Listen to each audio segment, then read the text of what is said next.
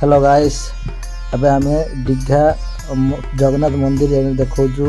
एटा आमे अच्छु आम गाँव रे बिंधा पदपुर चन्नेश्वर आउ तालसारी रास्ता जेटा तालसारी रास्ता जेटा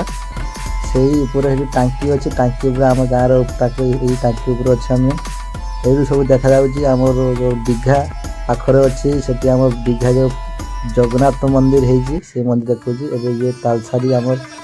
तालसारी पांचशाला तालसारी दरिया उदयपुर आम जे उड़ीसा बेंगल बॉर्डर ये गोटे बहुत बड़ बिल्डिंग है भांगा हो गवर्नमेंट तरफ यहाँ आमर उड़ीसा बेंगल बॉर्डर पाखरे पूरा अभी आम दीघा को जाकि देखेबू वीडियो देखु मजा लगे आपको भल लगे। चलो अभी दीघा जगन्नाथ मंदिर देखेबू ताकि पूरी मंदिर आम जो कॉपी है मंदिर पहुँचलु आम एमती पूरी मंदिर भी कॉपी कर बना जाए देखा एमती पूरी मंदिर आउ दीघा जगन्नाथ मंदिर केमती डिफरेंस देखू आम भी पुरी जाइलु